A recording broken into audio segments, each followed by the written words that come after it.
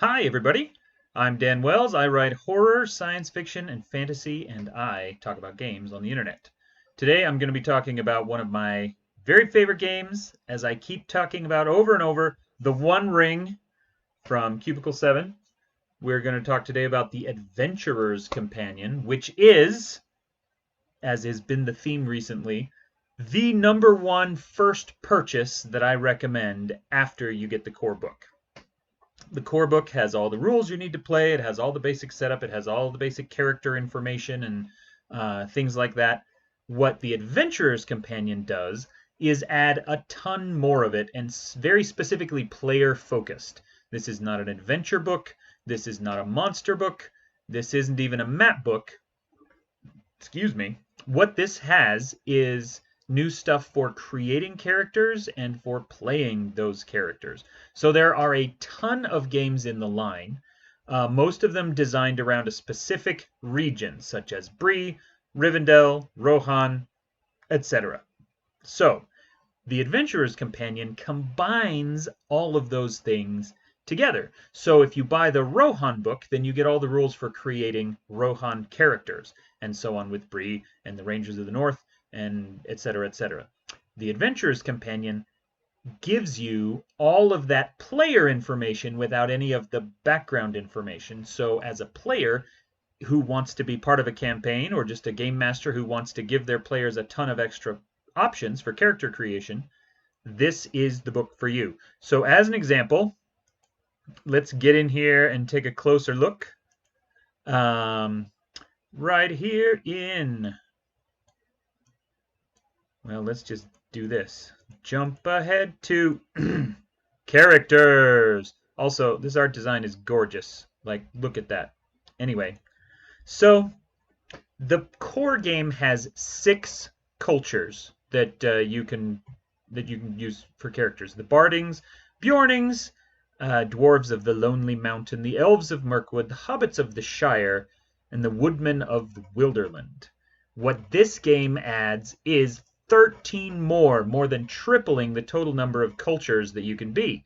Dunlandings, dwarves of the Blue Mountains, Grey Mountains, Iron Hills, elves of Lorien, men of Bree, men of the Lake, men of Minas Tirith, riders of Rohan, wayward elves, wild hobbits, and then 2 advanced cultures, which are not recommended for first-time players or for groups that care about game balance because they are very, very powerful. The High Elves of Rivendell and the Rangers of the North. So if you want to be Arwen or Elrond or Aragorn or something like that, that's a slightly more powerful character than everybody else.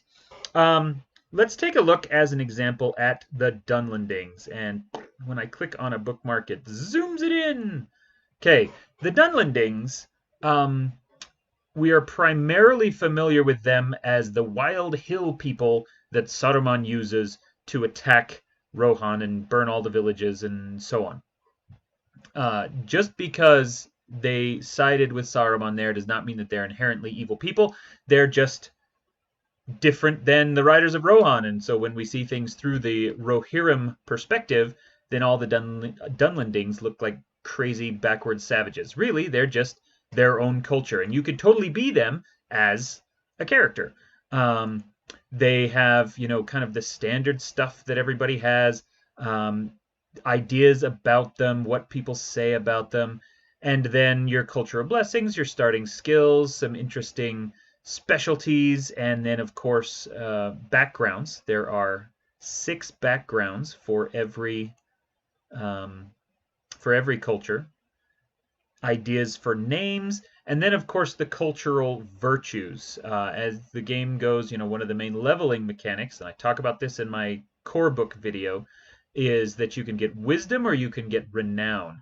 And as each one of those goes up, then you get a different kind of thing. So as your wisdom goes up, then you can add these virtues, which give you extra special abilities. And as your renown goes up, then you can add these rewards, which are basically just cool weapons and items and stuff.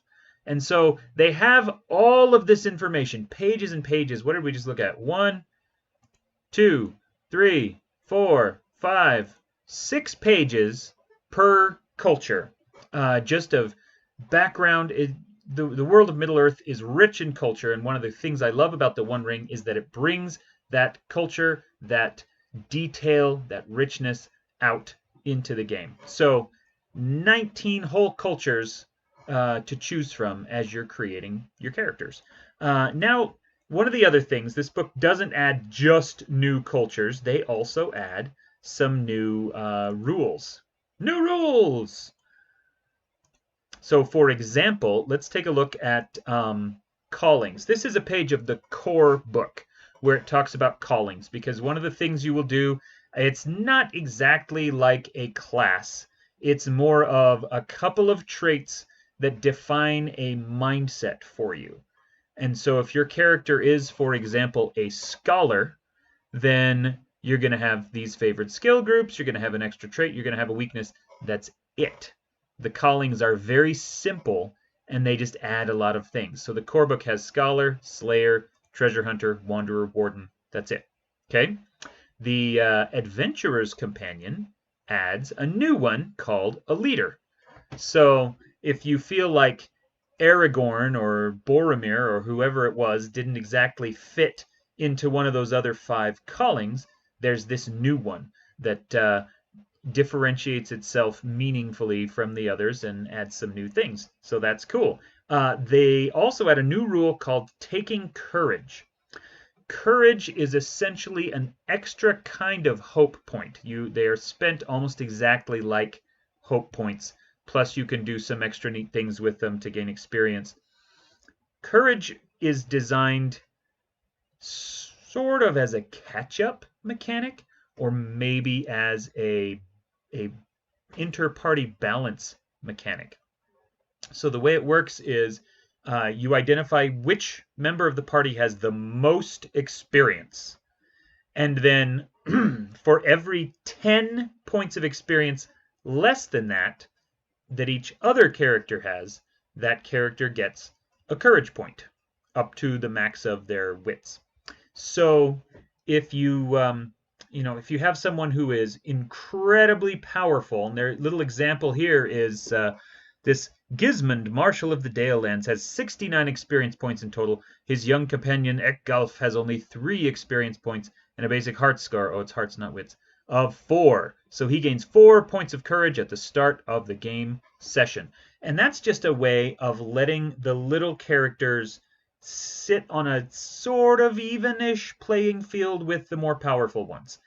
Think of this as Pippin fighting alongside Gandalf to defend Minas Tirith in Return of the King. Pippin is clearly nowhere as powerful as Gandalf, but he was able to display his bravery and do what he could to help out in that situation. That's what courage points are for. Same thing with Merry out on the field with Éowyn and Éomer and the Riders of Rohan. Clearly not in the same league in terms of experience, but with plenty of heart and plenty of courage, hence the name. And so they get a couple of extra bonuses. And that's really nice. And one of the things you can do with them, you spend them mostly like hope, but you can also spend them to gain advancement points and experience points, which is going to help them catch up to the high-level characters faster. So it's a really nice balancing mechanic. You now know the entirety of it, but it's great. So let's have a look also at some other new player stuff that's in here. There's a ton of there's actually some neat combat stuff. Let's look at this. The game has roles during what's called the traveling phase. I guess that's part of the adventuring phase. And so you will nominate different members of your group to be the scout, to be the hunter, and so on. The lookout, things like that. Now they've added a slightly sort of similar system to the combat, which is these roles of captain, champion, and ward.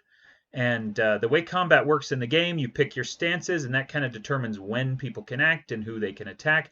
And then after stances are determined, the game master, or lore master, whatever he is, he or she is going to kind of assign one bad guy each to everyone in the party, which is a nice balanced system, and I think a very kind of true, plausible-ish system. If there's a bunch of orcs, they're all going to rush out and they're all going to attack a bunch of guys. But these roles kind of give the players a chance to control those bad guy assignments a little bit in the service of protecting certain characters. So whoever you designate as the champion, the biggest, meanest bad guy is going to attack that one first. Whoever you designate as the ward, the weakest monster is going to attack that one. And then whoever you designate as the captain is going to be targeted by a majority of the ranged attacks. So this gives you a chance as a party to say, well, clearly this guy has the most armor, and so we're going to make him the captain, and he's going to go out and he's going to kind of bravely wave the banner, and he's going to attract everyone's attention, and then most of the arrows are going to hit him instead of, you know, whoever you're trying to protect in the back, your scholar, your nerd, your ranged character, someone that you need casting spells or throwing arrows or doing, you know, other things other than dying. Same thing with the champion. And then the ward, of course, that can be your ranger, your bowman, your something in the back who needs to be protected. Or if you're just escorting an NPC through the wilderness, you can designate them the ward and help keep them safe that way. So that's a neat little system that kind of uses the game mechanics and gives the players some neat control over how the battle is going to play out. This book, now, like I said, has a bunch of extra stuff for players. Here's some of them. There's a bunch of new masteries. There are some talents and things in the core book. Those things you can get like virtues and rewards as you level up. You can also get masteries, and masteries allow you to just be really good at some generic things. The virtues and rewards are very culture-based, so you know you can have you could be very good at elven magic, or you can be very good at sneaking around like a hobbit. You know, things that are defined by your culture. The masteries are just kind of everything, and so you can be dour-handed, which gives you extra experience. Corruption mastery, which means that you are harder to corrupt. Things like that. All these extra little, you know, fear mastery means you have mastered your fear and you're not afraid of things. Lots of extra little just kind of traits and talents to round out your character without being tied to a specific culture. So that's one of the neat things. Now let's look at some other ones. What they call curious diversions. These are more cool things you can do with a character. So distinctive features in the One Ring are things like if you are elusive and you have that as a distinctive feature, there aren't really any game mechanics tied to that. But what that means is that if you are trying to sneak or if you're trying to get away from somebody, unless the game master has a very good reason to force you to roll, you could just do it for free, right? It's a way of saying this person is especially good at being elusive, and so most of the time they don't even have to roll for it, which is kind of neat. What this table does is it defines that further. So it takes something like elusive, and then you can get a random. Well, does that mean you're subtle or cagey or slippery? Or, you know, divided down by culture as well. If you're a dwarf, then that means you're skulking. If you're an elf, you could be fleeting. And if you're a hobbit, you're furtive. All 6 of these adjectives are just kind of subsets of this one kind of umbrella adjective of elusive. But it's just a neat little character thing that can add some more flavor to your character. Okay? Now, they do similar things with traveling gear. Rather than the kind of classic D&D style adventurer's pack with this many feet of rope and this many candles or whatever it is, what they do here is they just give you some tables, and the tables are kind of fun. So you get to use their little dice, okay? And these are just normal old D6s, and based on your standard of living. So let's say that you come from a frugal background. Well, then you're going to have 2 of these items. And we roll the first one, and we got a 4. And so on frugal, 4 means thrifty. You have a thrifty what? Let's roll a d6. and a feat die, which is this fancy D12 that, as you can see down here at the bottom, it has 1 through 10 and then a Gandalf and a Sauron. If you don't have a normal die, you can totally count those as 11 and 12s. I mean, if all you have is a normal die. So I just rolled a Sauron, that sucks, and a 1. So he has a thrifty camping wooden poles. Okay, he has thrifty wooden poles. I don't know what that means. Let's see what his second item is. It is 2, which means it is simple.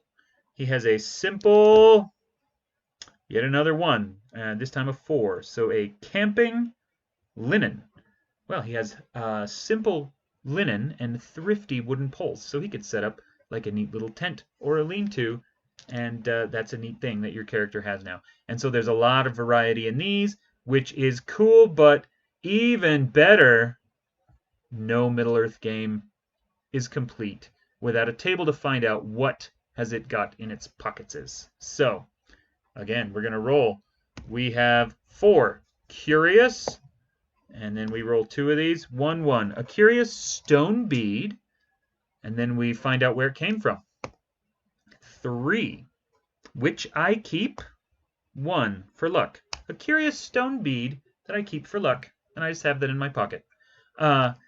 There's absolutely no mechanical value to this table whatsoever, but it is delightful. It is such a neat little thing, and I can totally see my little character, whether they're a hobbit or an elf or a barding or whatever it is, they keep this little stone bead in their pocket, and then, one adventure they lose it and they're freaking out and they have to find it again. Or somebody pickpockets them when they go into a town in the wilderness and they have to hunt that person down because he needs his stone bead back. There's a lot of neat little story and character background opportunities here. Let's go and look at some other stuff, because aside from character creation and character things, there are a handful of other just kind of reference materials in here that I think are fantastic. So let's look at this one first. Part 3, Between Adventures.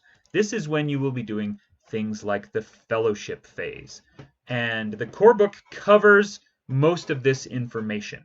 Very little in this chapter is new. It's just gathered together from all of the other supplements, just like the cultures are.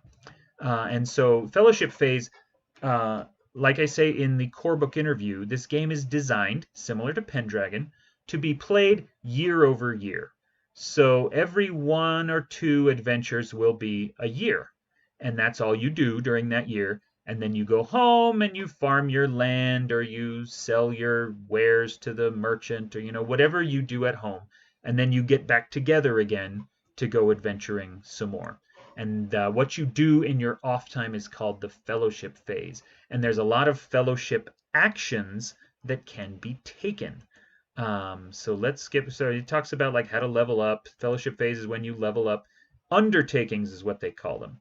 So here's actually is a new one. You can confer with Radagast the Brown. Here's a list of the common ones. Some of these from the core book, but as you can see over here, a lot of them come from all the other books. So Tor is just the One Ring. This is Darkness of Mirkwood, I think. This is clearly Rivendell. So there's a lot of neat things you can do that are just kind of standard. What can we do? And each player, each character picks one thing. Though there are some that everyone will have to do together. So, for example, if you want to... no, it's on the next page. If you want to open Rivendell as a sanctuary, everybody needs to do that together, I think. Maybe it's not Rivendell. Maybe it was... Oh, it's the Mirkwood one. Open the halls of the Elven King as a sanctuary. Everyone has to do that together, which is open a new sanctuary. And... Anyway, so yeah, there's Wilderland undertakings, there's individual ones, there's Eriador ones, and there's just a lot of new options that if you have all the books, you already have this information anyway, but the Adventures Companion compiles them into one convenient place so that you as a player just need one book instead of 10, and then you know exactly what your options are for undertakings, and it's really neat. So, there's some Rohan, Isengard, and Fangorn ones, etc. Talks about patrons, which are people like the Elven King, or Radagast the Brown, or Bjorn. people who are going to help you and give you missions and allow you to do things. So there's a lot of information on that. There's all the different you know, patrons that you can, patrons that you can get. And so again, it's nice to have it all in one place. Similarly, the reference section at the back is a fantastic player resource. So how does combat work? Well, here's a flowchart, okay? That just tells you step by step exactly how to do a round of combat. Everything about it. Hooray. And then how does the travel phase work? Well, here's the full flowchart for that. I guess these aren't technically flowcharts, but step-by-step things. How do you do a council? Here's the whole system for that. And so just really nice reference info so that you as a player have it all. And it's really great. So anyway, that is the One Ring Adventurer's Companion. Definitely what I would recommend be the first purchase that you make after you've got the core book. Maybe second purchase if you want to grab one of the campaign books first, like the Darkening of Mirkwood or something like that. But just in terms of value to the player, not the GM, this one cannot be beat. This one is arguably more important than the core book if you're only a player and all you need to do is create and manage your character. So, hooray for the Adventurer's Companion and hooray for the One Ring. I will gush about it every time I talk about it, but I think you have another month before I get back to the One Ring again. Anyway, thank you for joining me for this review, and I hope that you enjoyed it, and I hope that you have a chance to give the One Ring a try, and I will see you in my next review. Bye.